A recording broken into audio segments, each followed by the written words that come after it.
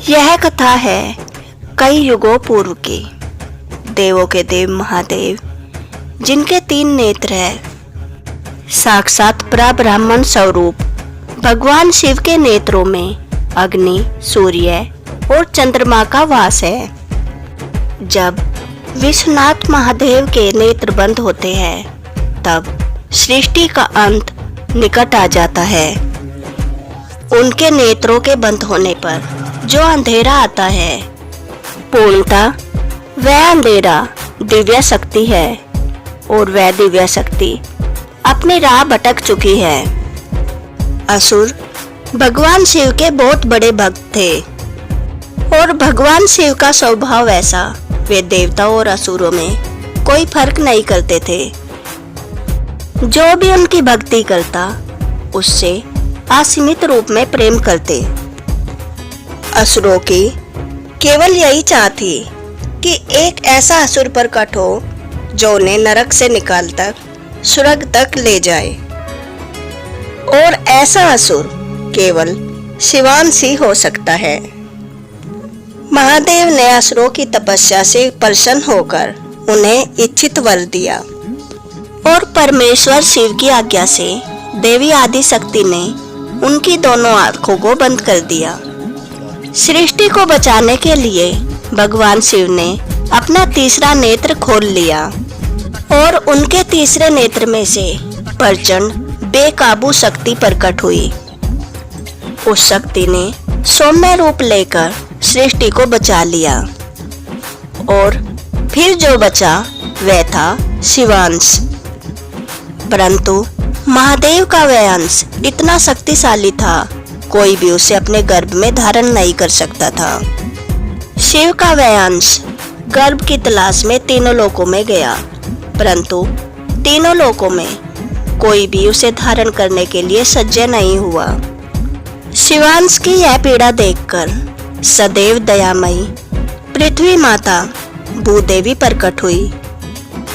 अगर इस शिवांश को कोई भी धारण नहीं करना चाहता, तो इसे मैं धारण करूंगी और इसकी सभी जरूरतों को पूरा करूंगी। भूदेवी शिवांश को पृथ्वी के केंद्र में धारण कर लेती है और जब वह शिशु जन्म लेता है, तब वह अंधा था और उस समय भगवान विष्णु भूदेवी के समक्ष प्रकट होते हैं। हे प्रिय, अब इस शिशु को ले जाकर तुम हिरण्याक्ष असुर को दे दो, क्योंकि उसकी तपस्या का फल यही है। देवलोक में जब भगवान शिव के अंश की सूचना पहुंचती है, तब सभी देवी देवता प्रसन्न हो जाते हैं। हे देवराज, भगवान शिव के पुत्र का जन्म हो चुका है, यानी कि अब तारकासुर का अंत निकट है। हे देव, अति प्रसन्न न होइए। क्या हुआ बृहस्पति देव, क्या आप इस सूचना से प्रसन्न नहीं हैं? हे देवराज, यह शिवांश ब्राह्मण स्वरूपन सुब्रमण्यम नहीं है। यह दानवों का अंत नहीं, परंतु उनकी सहायता करेगा। यह भगवान शिव की दिव्य शक्ति है, परंतु अंधकार के अंधेपन में खो चुकी है, इसलिए ही तो इसका नाम है अंधक। हे बृहस्पति देव, एक ऐसा असुर जिसके पास भगवान शिव की दिव्य शक्ति है, अगर हमारे खिलाफ हो गया तो हम उससे कैसे लड़ सकते हैं? हे देव गुरु, आप ये बताइए, उसका अंत कैसे होगा? इंद्रदेव, आप चिंतित मत होइए। अंधकासुर का अंत उस समय होगा जब वह अपनी माता की तरफ कामना की दृष्टि से देखेगा। ऐसी नीच हरकत करते ही महामृत्यु उसके सर आकर पड़ेगी। हिरण्याक्ष के दत्तक पुत्र के रूप में अंधक ने युद्ध कला की निपुणता ग्रहण की और ब्रह्मदेव से कई आशीर्वाद प्राप्त किए। अंधक जब तक कोई महापाप नहीं करता, तब तक उसकी मृत्यु नहीं आएगी। उसे सहस्त्र भुजाएं दी गई और उसे यह वरदान दिया गया, जब भी उसका रक्त धरती पर पड़ेगा, तब कई भैरव उत्पन्न होंगे। अपनी शक्ति से अंधक ने तीनों लोकों पर अपना आधिपत्य जमा लिया। सभी देवी देवता अंधक को हराने में असमर्थ थे। एक दिन अंधक स्वर्ग के सिंहासन पर आसीन था। तब उसने राक्षसों को किसी देवी की बात करते हुए सुना। वह देवी सर्व सुंदरी है। उनकी त्वचा बिजली के समान सुनहरी है। उनके नेत्र पूर्णिमा के चंद्रमा के प्रकार के हैं। वह कोई साधारण सुंदर स्त्री नहीं है। उनकी सुंदरता देखकर कोई भी मोहित हो जाता है। ए, किसकी बात कर रहे हो तुम? मुझे भी बताओ। रुक जाओ अंधक, ये किसी साधारण स्त्री की बात नहीं कर रहे हैं। और उस स्त्री के प्रति अपने मन में बिल्कुल भी कामना मत जगाना। क्यों? कौन है वो स्त्री जो त्रिलोक स्वामी अंधक की नहीं हो सकती? वह है देवों के देव महादेव की अर्धांगिनी देवी पार्वती। हा हा हा हा हा। आपको क्या लगता है मैं महादेव से भयभीत हूँ? अंधक, अगर तुम महादेव की अर्धांगिनी के पीछे जाओगे तो महादेव अवश्य ही तुम्हारा अंत कर देंगे। अंधक, तुम ये मत भूलो कि तुम केवल शिवांश हो। तुम शिव के एक अंश हो। तुम शिव के खिलाफ नहीं जा सकते। शुक्राचार्य, आप ये भूल रहे हैं, एक बीज जब पेड़ से अलग होता है तो तब वह उससे भी महाविशाल पेड़ उत्पन्न कर सकता है।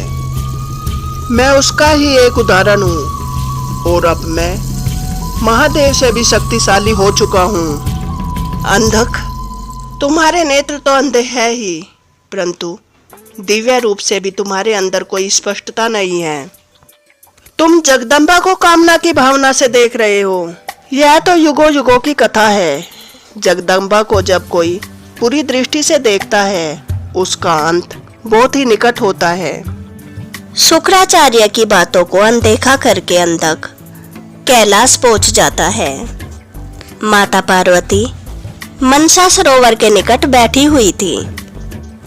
माता पार्वती की त्वचा पर गिरती हुई बर्फ के आवाज से अंधक को पता चल जाता है कि माता कहाँ थी। अंधकासुर मनसा सरोवर की तरफ भागा भागा जाता है और तभी माता पार्वती का दिव्य प्रकाश अंधक की आंखों पर पड़ता है और माता का प्रकाश उसके अंधेपन को चीरते हुए उसके अंतर्मन तक पहुंच जाता है। अंधक को माता पार्वती की छवि दिखाई देती है। अंधक को समझ नहीं आता वह क्या देख रहा था। इतना सुंदर रूप, उसका मानसिक संतुलन बिगड़ जाता है। देवी पार्वती इतनी सुंदर, इतनी ज्यादा सुंदर है। महादेव ने ऐसी देवी को कैसी स्थिति में रखा है? इनके लिए ना कोई सिंहासन, ना कोई दासी, बिचारी गिरती बर्फ में अकेली बैठी हुई है। यह शिव इन्हें पीड़ा दे रहा है और मैं इन्हें इस पीड़ा से मुक्ति दिलाऊंगा। पार्वती को मैं अपनी रानी बनाऊंगा, फिर मैं इन्हें देवलोक के सिंहासन पर बिठाकर रखूंगा। और अंधक स्वर्गलोक वापस पहुंच जाता है, परंतु अंधक की रातों की नींद उड़ जाती है। उसके सामने वही छवि आती रहती है जो उसने माता पार्वती के रूप की देखी थी। वह हर किसी को माता पार्वती के रूप के बारे में बताता रहता। उसे यह लगता था माता पार्वती के प्रति उसकी अपवित्र कामना उसे उनके ऊपर अधिकार दे रही है। अगर मैं पार्वती से इतना ज्यादा प्रेम करता हूँ तो पार्वती के ऊपर सिर्फ मेरा अधिकार होना चाहिए। अंधक अपने दूत माता पार्वती के पास भेजता है। हे देवी, त्रिलोक स्वामी अंधक आपको अपनी अर्धांगिनी बनाने की कामना करते हैं। वे आपसे असीमित प्रेम करते हैं और आपको वे महादेव से ज्यादा प्रसन्न रखेंगे। जिस दिन आपने हमारे महाराज को अपना स्वरूप दिखाया था, उसी दिन उन्होंने उसे आपकी अनुमति मान लिया था। हे दूत, आप अपने स्वामी से जाकर पूछना, सूर्य सबको ऊर्जा देता है, क्या सूर्य पर सबका अधिकार हो जाता है? यह पूरा संसार ही तो मेरा सौंदर्य है, क्या हर किसी का मेरे ऊपर अधिकार है? ऐसा नहीं है, मेरे ऊपर अधिकार केवल मेरे स्वामी परमेश्वर शिव का है। आपके राजा केवल आंखों से अंधे नहीं, परंतु अपनी आत्मा से भी अंधे हैं। मैं जगत की माता हूँ और तुम्हारे स्वामी मेरे ऊपर जो कामना रखते हैं वो प्रेम नहीं, कर्म है, और वो कर्म उनकी मृत्यु बनेगा। अंधकासुर के दूत अंधकासुर के पास जाकर माता पार्वती का संदेश उसे दे देते हैं। अंधकासुर तब भी नहीं मानता और माता पार्वती के पास दूत के बाद दूसरा दूत भेजता रहता है। हे देवी, हमारे स्वामी को आपका स्वरूप चंद्रमा की चांदनी के समान लगता है। आप आइए और उनके लिए उनकी चंद्रमा की चांदनी बन जाइए। तुम मुझे चंद्रमा की चांदनी मान रहे हो, परंतु मैं तो संपूर्ण आकाश हूँ। क्या उसका संपूर्ण आकाश पर आधिपत्य हो सकता है? माता पार्वती के बार बार ठुकराने पर अंधकासुर क्रोधित हो जाता है। अंधकासुर एक तपलोकी असुरी गदा को लेकर और अपनी सेना के साथ वहां जाता है। माता पार्वती को कैलाश में शिवांश की उपस्थिति का आभास हो जाता है और वे महादेव के पास चली जाती है, परंतु महादेव उस समय तपस्या में लीन थे। स्वामी, आप तपस्या में लीन हैं, परंतु मेरे ऊपर संकट मंडरा रहा है। वह अंधकासुर मुझे अपने साथ ले जाने आया है। स्वामी, जागिए और मेरी रक्षा कीजिए। परंतु महादेव की लीला यही थी, अभी वह जागने वाले नहीं थे। अंधकासुर को अपनी ओर बढ़ते देखकर माता पार्वती एक योगिनी का रूप ले लेती है और घूंघट करके एक मंदिर में जाकर छुप जाती है। अंधकासुर की पूरी सेना देवी को ढूंढती है, परंतु माता पार्वती किसी को नहीं मिलती। परंतु अंधकासुर को देवी का एहसास हो जाता है और वह देवी की ओर भागने लगता है। माता अंधकासुर से बचकर एक हिरनी का रूप लेकर भागने लगती है और वन में जाकर अंतर्ध्यान हो जाती है। पार्वती, कहाँ हो तुम? मेरे समक्ष आओ पार्वती। तभी अंधकासुर को देवी पार्वती का प्रकाश फिर से दिखाई देता है और वह दौड़कर देवी पार्वती के पल्लू को पकड़ लेता है। माता पार्वती क्रोधित हो जाती है और अपना हाथ ऊपर उठाती है। तभी अंधकासुर सहस्त्र योजन दूर जाकर गिरता है और माता पार्वती आदि शक्ति रूप में आ जाती है। मूर्ख अंधक, तुम मुझे काबू में करना चाहते हो? तीनों लोगों पर तुमने अपना आधिपत्य जमा लिया, परंतु इतनी बुद्धि नहीं है कि पार्वती के ऊपर केवल महादेव का अधिकार है। तूने मृत्यु को चुना है अंधक, और तुझे मृत्यु ही मिलेगी। माता अंधक का अंत करने ही वाली थी, परंतु ब्रह्मदेव प्रकट हो जाते हैं। हे देवी, शांत हो जाइए। विधि के विधान और मेरे वरदान का पालन करते हुए अंधकासुर का वध केवल महादेव ही कर सकते हैं। अगर आज आपने इसका अंत कर दिया तो काल का चक्र तहस नहस हो जाएगा। हे देवी, महादेव की लीला के ऊपर विश्वास कीजिए और अपने सौम्य रूप में फिर से आ जाइए। माता पार्वती अपने सौम्य रूप में फिर से आ जाती है, परंतु मूर्ख अंधक और उसकी सेना फिर से उनके पीछे पड़ जाती है।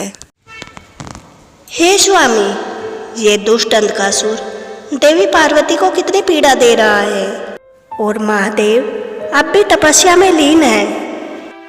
स्वामी, अगर महादेव उनकी रक्षा नहीं करेंगे तो आपको करनी होगी, क्योंकि एक पति के बाद एक भ्राता ही अपनी बहन की रक्षा करता है। देवी पार्वती आपकी भार्या है, आपको उनकी रक्षा करनी होगी। भगवान विष्णु गरुड़ पर सवार कैलाश की ओर निकल पड़ते हैं और राक्षस सेना से माता पार्वती को बचाकर गरुड़ पर बिठा लेते हैं। ए विष्णु, पार्वती को मुझे सौंप दो, पार्वती मेरी है। प्रणाम ज्येष्ठ, आपने अंधकासुर से मेरी रक्षा की, उसके लिए आपको धन्यवाद। हे पार्वती, ये तो मेरा कर्तव्य था। और भगवान विष्णु माता पार्वती को वैकुंठ लेकर चले जाते हैं, परंतु अंधकासुर पीछा करते करते वैकुंठ तक पहुंच जाता है। हे स्वामी, ये तो अति दुष्ट है, यहाँ तक आ गया। महादेव तपस्या से जागने को तैयार नहीं और हम में से इसका कोई अंत नहीं कर सकता। क्या आप देवी पार्वती इधर से उधर भागती रहेगी? नहीं देवी लक्ष्मी, भागना इस समस्या का समाधान नहीं है। अगर इस असुर को मेरी कामना है और इसे लगता है यह मुझसे प्रेम करता है, तो इसे साबित करने देते हैं। देवी, क्या आप अंधकासुर के साथ चली जाएगी? अवश्य देवी, अगर इसकी यही कामना है तो मैं इसके साथ चली जाऊंगी, परंतु इसे यह साबित करना होगा यह मुझसे महादेव से भी ज्यादा प्रेम करता है। हे अंधकासुर, मैं तेरे साथ चलने के लिए सज्ज हूँ, परंतु मुझको यह विश्वास नहीं तुम मुझे मेरे स्वामी से भी ज्यादा प्रेम करते हो। पार्वती, तुम कैसी बातें करती हो? तुम्हारे स्वामी अब भी तपस्या में लीन बैठे हैं, उन्हें फर्क नहीं पड़ता तुम इस समय मुसीबत में हो, और मैं तुम्हारे लिए मैं रातों को सोता भी नहीं। अंधक, तुम्हें मेरे जिस रूप से प्रेम हुआ है वह एक अति सुंदर रूप है, परंतु मेरे स्वामी मेरे भयंकर रूप और मेरे सामान्य रूप हर रूप से समान रूप से प्रेम करते हैं। मेरे स्वामी को मेरे रूप की बिल्कुल भी लालसा नहीं है, वे तो काम भस्मम है। ऐसा नहीं है पार्वती, तुम जितना भयंकर रूप ले सकती हो ले लो, आज मैं तुम्हें लेकर ही जाऊंगा और अपना प्रेम साबित करके ही रहूंगा। माता पार्वती मुस्कुराती है और अर्धनारीश्वर का रूप ले लेती है। देखते ही देखते माता का आधा शरीर पुरुष रूप में आ जाता है। बोलो अंधक, तुम मुझसे अब भी इतना ही प्रेम करते हो? ये क्या हो गया पार्वती तुम्हें? ये क्या हो गया? तुम आदि पुरुष बन चुकी हो, फिर से अपने नारी रूप में आ जाओ पार्वती। क्या हुआ अंधक, तुम्हें क्या ये ज्ञात नहीं मेरा अस्तित्व यही है? बोलो, तुम्हें अब भी मेरी लालसा है? नहीं, मुझे एक पुरुष की लालसा कैसे हो सकती है? तुम क्या कह रही हो? ऐसे रूप को महादेव भी चाहते हैं?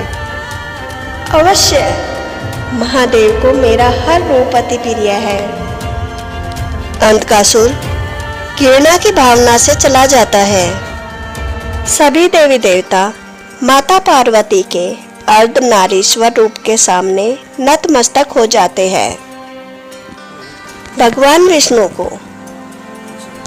अर्धनारीश्वर के रूप में नारी के हिस्से में स्वयं का वास दिखाई देता है। अद्भुत, इससे यह साबित होता है उमा और मैं एक ही है। पार्वती का पुरुष रूप मैं हूँ और मेरा स्त्री रूप पार्वती, और मेरा महादेव का अर्ध रूप कहलाएगा हरिहर। सृष्टि के आरंभ में कुछ भी नहीं था, केवल शक्ति थी और एक स्थिर ब्राह्मण। मेरी परमेश्वर निद्रा में है। और प्रकट होती है देवी आदि शक्ति। मुझे पता है आपको जगाने का उपाय क्या है। आप सदैव स्थिर है और मैं सदैव अस्थिर। जब हम दोनों का मिलन होता है तभी सृष्टि को प्रमाण मिलता है। मुझे इस सृष्टि की रचना करनी होगी, तभी आप जागृत होंगे और प्रभु परमेश्वर माता में जाकर विलीन हो जाती है। देवी आदिशक्ति 3 रूप लेती है। तारा, त्रिपुर सुंदरी, महाकाली और माता अपने सात्विक रूप तारा और राजसिक रूप त्रिपुर सुंदरी और तामसिक रूप महाकाली में बट जाती है। तीनों देवियों को महाशक्ति का आदेश ज्ञात था। हे देवियों, अब हमें सृष्टि की रचना करनी होगी और उसके लिए एक उचित अधिपति ढूंढना होगा। हे देवी, हम सृष्टि की रचना नहीं, अब हम सृष्टि को जन्म देंगे। अब समय आ गया है जगत जननी रूप धारण करने का। और देवी तारा एक कमल का रूप ले लेती है और माता त्रिपुर सुंदरी एक योनि का रूप ले लेती है और देवी महाकाली चरणों का रूप ले लेती है। ये तीनों एक दूसरे में विलीन हो जाते हैं और देवी लज्जा गौरी का रूप धारण करते हैं। देवी लज्जा गौरी के सिर के स्थान पर एक कमल है और उनके दोनों हाथों में भी कमल है जो उन्होंने कीचड़ में से ऊपर उठाया है। शीश का न होना इस बात को दर्शाता है कि देवी के अंदर बिल्कुल भी अहंकार नहीं है और वे साक्षात मोक्ष स्वरूपनी हैं। माता ने कोई भी वस्त्र धारण नहीं किए हैं, फिर भी उनका नाम लज्जा गौरी है और यह दर्शाता है कि माता को लज्जा करने की कोई आवश्यकता नहीं है। हम उनकी संतानें, हमें उन्हें माता के रूप में देखना चाहिए। उन पर कोई मानवीय धारणाएं नहीं लगानी चाहिए। माता के हाथों में जो 2 कमल है वे उनके पवित्र भक्तों को दर्शाते हैं जिन्हें माता कीचड़ यानी पापी भूलोक से मोक्ष की ओर ले जा रही है। लज्जा गौरी रूप में माता ने पूरे संसार को जन्म दिया और फिर माता की इच्छा से देवी भुवनेश्वरी प्रकट हुई। माता लज्जा गौरी अंतर्ध्यान हो जाती है और तभी से माता भुवनेश्वरी संसार की साम्राज्ञी बनकर इस ब्रह्मांड पर राज कर रही है। अगर आपको हमारी प्यारी माता की यह कथा पसंद आई हो तो वीडियो को लाइक करें और ऐसी ही नई नई कथाएं सुनने के लिए मेरे चैनल को सब्सक्राइब करें। जय माता लज्जा गौरी की जय।